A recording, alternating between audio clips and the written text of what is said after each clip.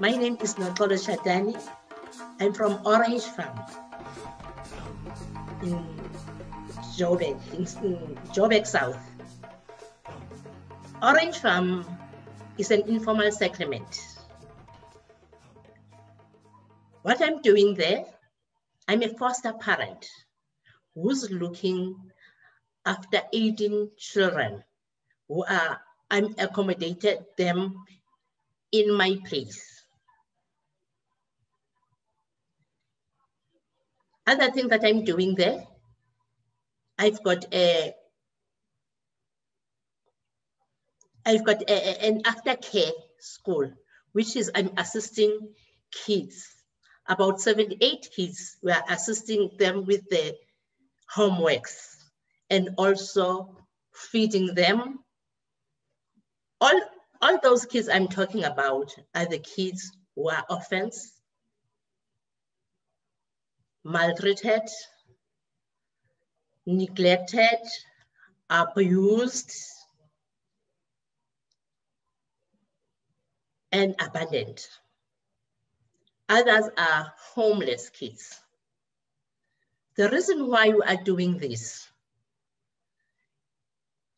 the community I'm staying, most of the kids are child-headed kids. Most of them are orphans. So I'm there, I'm helping them in order to make sure that they get food, they got clothes, they also get love and happiness. That's the main thing. I've got a passion of loving kids. From 1986, this is the only job that I've done from 1986.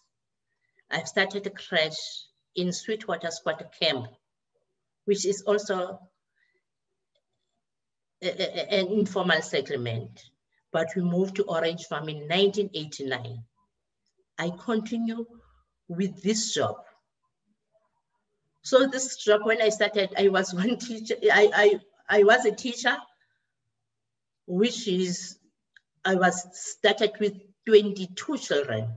All those children were loitering around the street because when their parents are at work, there's no one who was looking after them. So this is the only job that I know, is only the child and nothing else that I know. What I can say to you, the main thing that I can tell you, by God's power, I've managed to get a place that in that place, God helped me to build some structure. But the structure is not finished, but we all stay there. At present moment, as I'm talking with you, the kids that I'm staying with them now, and I'm accommodated them in my house. As I said, there are 18, 19 as such, not 18, because the last one, she has 8 months old. So in these kids, the thing that it helps me a lot in order to manage in that yard, because at least it's a huge yard, I've managed to take one of the classes and hired it. That class I hired for the Universal Church. So those are the people who gave me some money so that I can buy something for those kids. There is, most of those kids are sending by the social workers, but the problem that I've got, whoa, most of it, they delayed with everything. You will notice that those kids, they don't have the birth certificate for the situation that they came from. There are other mothers of them, they are already passed away, most of them. Others, those are the ones who throw them away. So those are the kids that I'm looking after. So sometimes, at present moment, the only kids that I managed to get something with them, there are only 6 in that 19 I'm talking about. Only 6 kids that the state gave me something to help them. The other money, it's helped me to feed them, is the money that I get from the church that I hired in my place. So I can't say I'm suffering, because we eat every day and we share what we've got with those kids that are the kids from our communities, which they came after school. So those are the ones that I'm helping them. We are assisting them with the homeworks. The reason why you are doing that, there's no one who's looking after these kids, since they don't have parents. And we need to encourage them, because the only key that they can get is the education. And we are trying to share the love that they need, because without happiness, without food, without love, they can become something else. We are trying to stimulate them. We are trying to change their mind system, so that they can know that there are people who are looking after them. There are people who do everything for them. The main thing that I can tell you, this person who stayed next to me at present moment, she's the one that when we are crying, she hears our voice. She knows that she can help us. She's trying to help us with food. It's summer now. It's winter now. He always, when it's winter, he tried by all means to make sure that there is something that they can wear.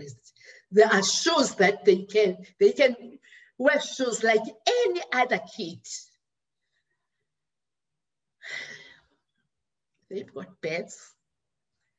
Yes, it's not enough, because our place is a little bit huge, but we are pressing in what we've got.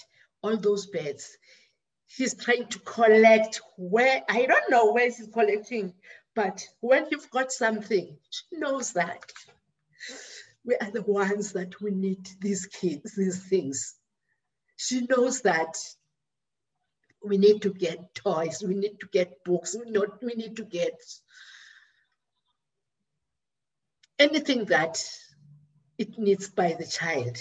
So we are relying on her.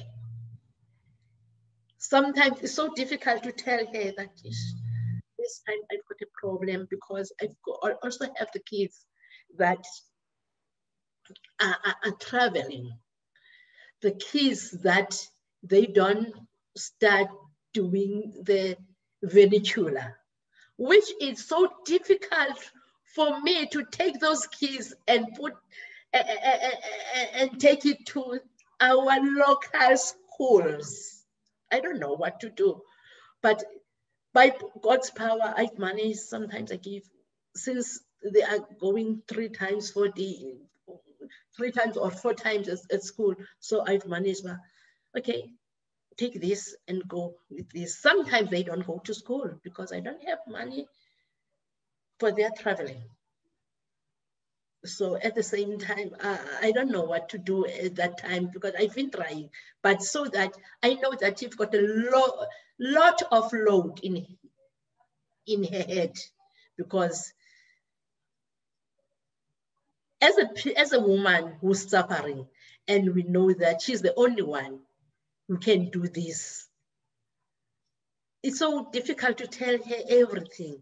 Yes, we've been trying, as I'm trying to sell some things at home so that I can generate what I've got so that they can manage to do things like coals. I'm trying to sell coals at home so that I can manage to generate what I've got so that they can manage to get what I don't have.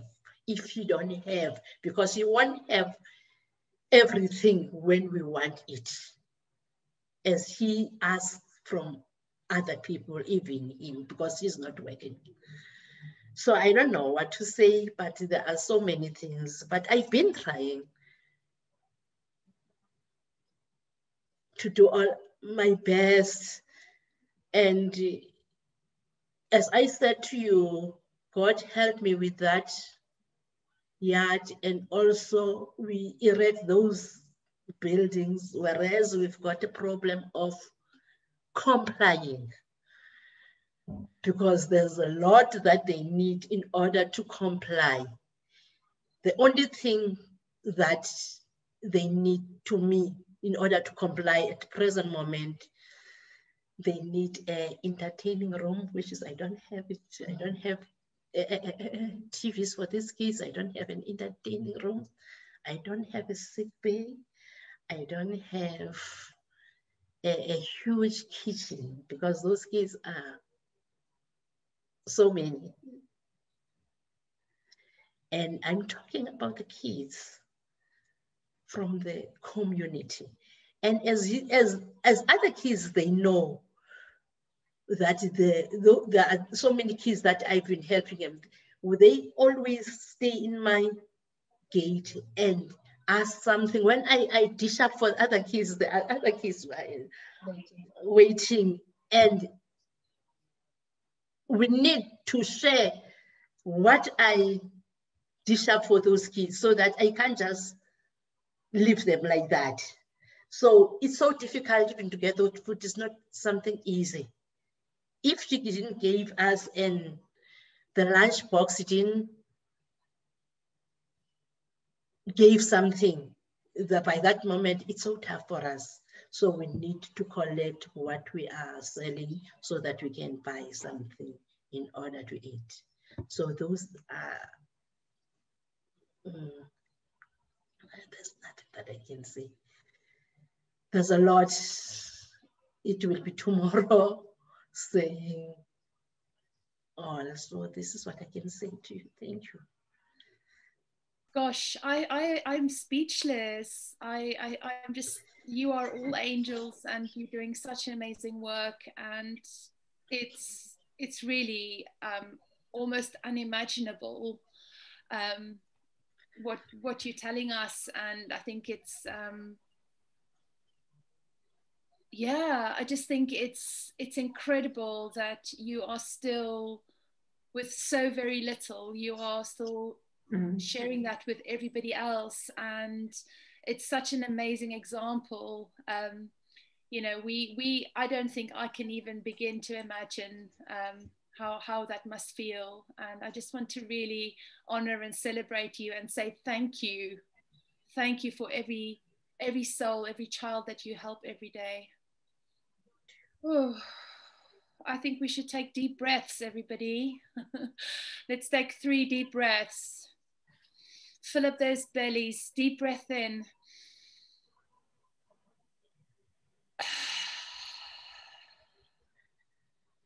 Second breath.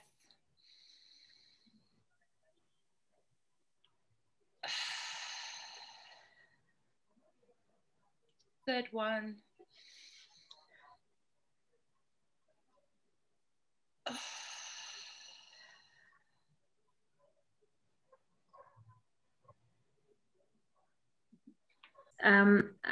I wanted to say that in Africa, we've got a saying that it takes a village to raise a child. And these women and Videshni and your team, you've just come out to support that saying, that it's everybody's child. That's our attitude in Africa. A child belongs to everyone. And what's amazing with the work you are doing, it's it's in the different areas. You're working with the single mothers, you're working with those on the streets who are doing drugs. You're working with Noxolo is working with kids just to assist them with homework, because that's important. Otherwise, they will just play the whole day without that assistance. So it's amazing that if we look at it together, the goal, the aim, the desire is to raise a wholesome child, a child who feels loved, who feels he deserves help, who feels heard, that they are listened to, and they ask for help, and the help is given. They are not turned away. They are not being rejected. And I can't thank you enough for the work that you are doing with these women in these communities. Thank you for holding that space. And like Gertrude said, this is our hearts. This is what we do. We love such stories. We love such projects, and we support that because this is who we are. This is our hearts. You know, this is what we've always been pushing for. Let children be children, and let adults just come in and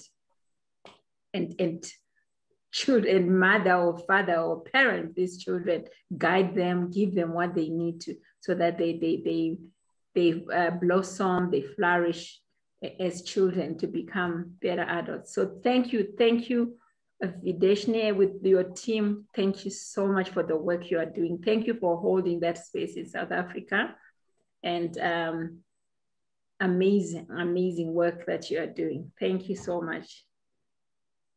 Sisi Noxolo, I hope I'm pronouncing your name right. Kunjani sis? I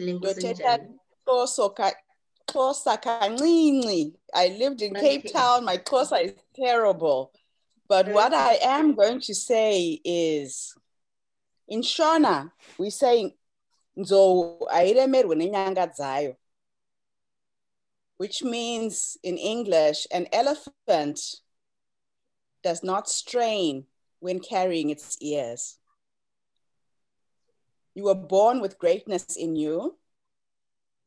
You were born with a heart that sees. There are people who live in their homes who walk past these children every day. There are people who go to sleep without even a conscience of what's happening in their communities. And there are those of us who have been chosen to do this work. What you need to know is that you ladies are not alone. We are with you. We will be the wind beneath your wings so you can fly. Don't despair. Don't give up. Because that seed that God put in your heart was put there for a reason.